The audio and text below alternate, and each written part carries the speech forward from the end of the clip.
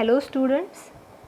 So here we are going to learn remaining points of the chapter 2nd, nutrition in animal, class 7th. So in the previous session you have learned about what is nutrition, what is animal nutrition. Again you learned about the digestive system in the animals, where you have learned the parts of alimentary canal, that is buccal cavity. First part you learned, second esophagus, then stomach, and then small intestine. So here we will learn about new point, that is large intestine. So be ready to listen the next explanation of the PPT of large intestine. Before starting the large intestine, here is some information about the small intestine. Is absorption of digested food in the small intestine. Now in the small intestine, how absorption takes place? I told to all of you that the complete digestion takes place in the small intestine. So that digested food is absorbed by the walls of small intestine, and that process is called as absorption. So small intestine has several finger-like projection. Here in the diagram you can see finger-like projections, which is called as villi, and these villi are having blood vessels inside.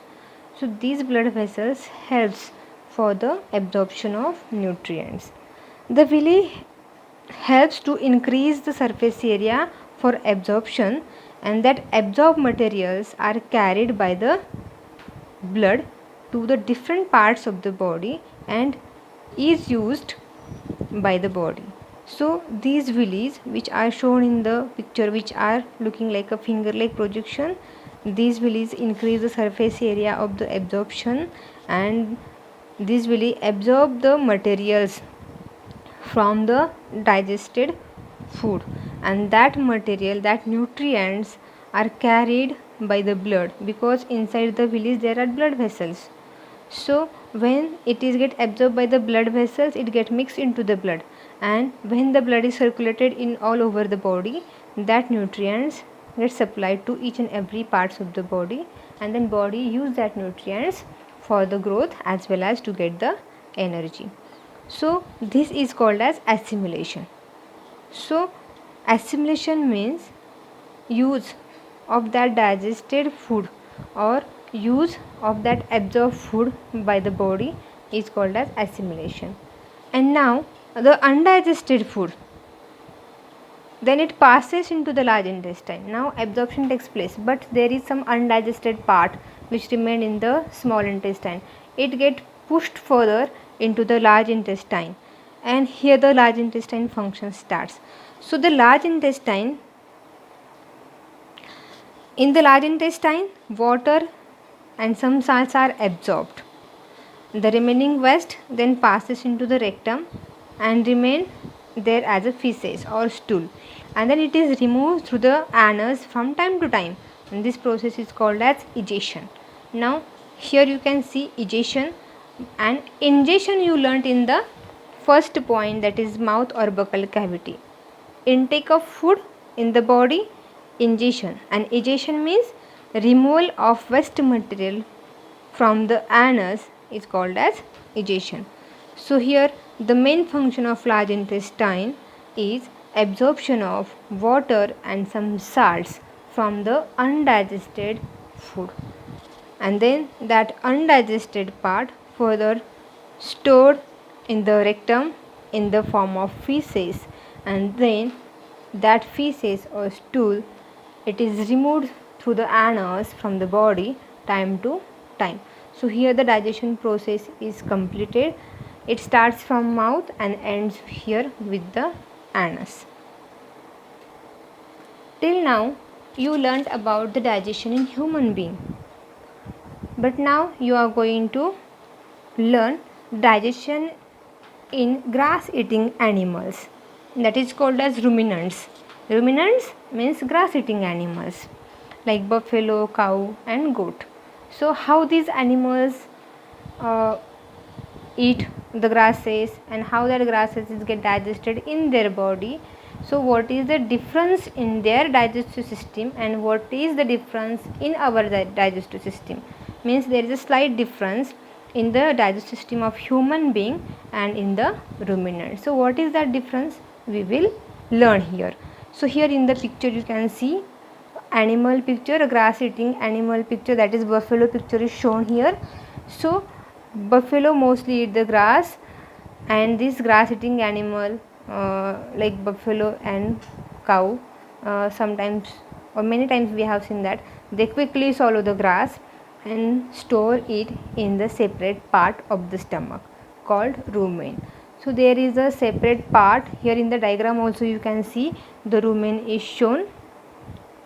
So that rumen is a stomach part where these animals store the swallowed grass. Here the food is partially digested, means in the rumen the food is partially digested, not completely, partially digested, and that partially digested food is called as cud. So here it is written what is cud. So cud means the partially digested food by the grass eating animal is called as cud. Then this cud is brought back into the mouth in small lumps and chewed.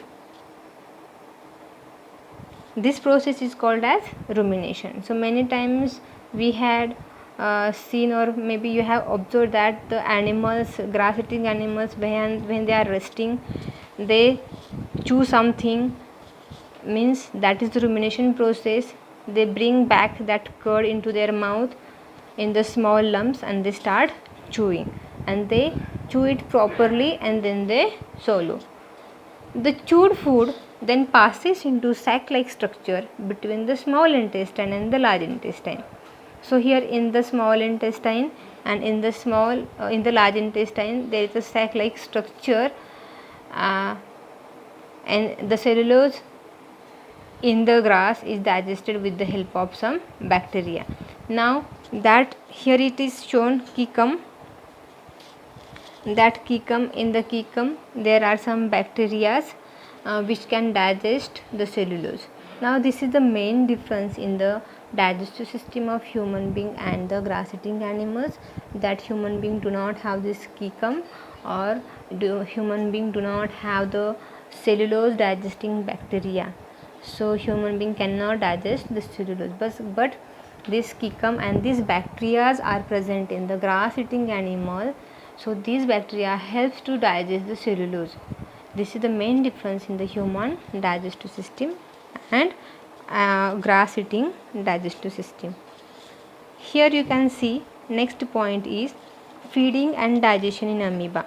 Now till now we have learnt about the digestion and digestive system in animals and in the human being for as a in a multicellular organism. But here in the picture you can see the amoeba, which is a microorganism which is made up of just one cell. So these amoeba mostly found in the pond water, and this is made up of single cell. Now this single cell animal has cell membrane, cytoplasm and nucleus. So these are the parts of the cells: cell membrane, cytoplasm and nucleus. Cytoplasm has many bubble-like vacuoles. The cell has a finger-like projection called pseudopodia. So this is most important, pseudopodia. Pseudopodia means a finger-like projection. Here you can see the finger-like projection. These finger-like projections are called as pseudopodia. Again it has another name, that is false feet. So false feet and pseudopodia are same. Then what is the use of false feet or what is the use of pseudopodia in amoeba? So this pseudopodia helps amoeba to move. It helps amoeba to move and capture food. So this is the function of false feet, or this is the function of pseudopodia.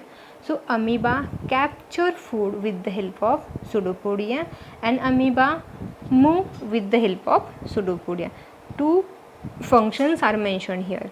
When amoeba comes near food particle, Pseudopodia is produced around the food particle, and the food particle is trapped in food vacuole. In the food vacuole, the food is digested by digestive enzymes and absorbed, and the undigested waste is then sent out by the vacuole.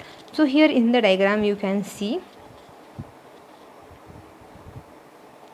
here the diagram how the capturing of food and the digestion of food by the amoeba takes place here. So this is the diagram of amoeba. Here the pseudopodia get produced, and here in the here you have seen the black dot. That black dot means the food or food particles, and this around the food particle amoeba start to produce pseudopodia or a finger like structure. This is the finger like structure, it is called as pseudopodia, and here in this diagram the food is get trapped in the pseudopodia. Now the food goes in the food vacuole. Here is the food vacuole, and in the food vacuole when food goes, then it start digesting. So the food is get digested in the food vacuole, and it is used also by the amoeba for its growth. And then from this food vacuole, here you can see the digestion and assimilation. Assimilation means its use takes place. And now here from the food vacuole again, this is the waste material which can be sent out by the amoeba. So this process, here is the slight change you have to note down. This is not ingestion, it is egestion, and this is ingestion.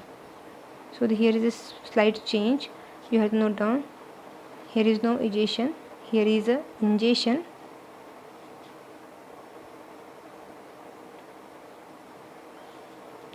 And this part is egestion, and this part is ingestion.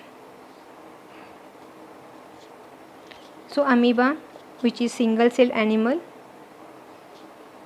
also digest the food in this way. With the help of pseudopodia, it captures the food, and by the food vacuole and digestive juices it digests the food.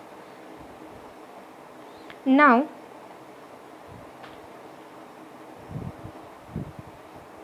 here you have learnt about all those things. Now here is the activity which is given in your book, so you have to complete this activity. Here already I told the number of teeth in at upper jaw and lower jaw, and the total number of teeth also I told to all of you. You can fill in the textbook. And the activity effect of saliva on starch, you read it. So this saliva helps to starch, this saliva helps to convert the starch into sugar. In the mouth this process takes place. So thank you. Here our PPT explanation is completed. Thank you once again.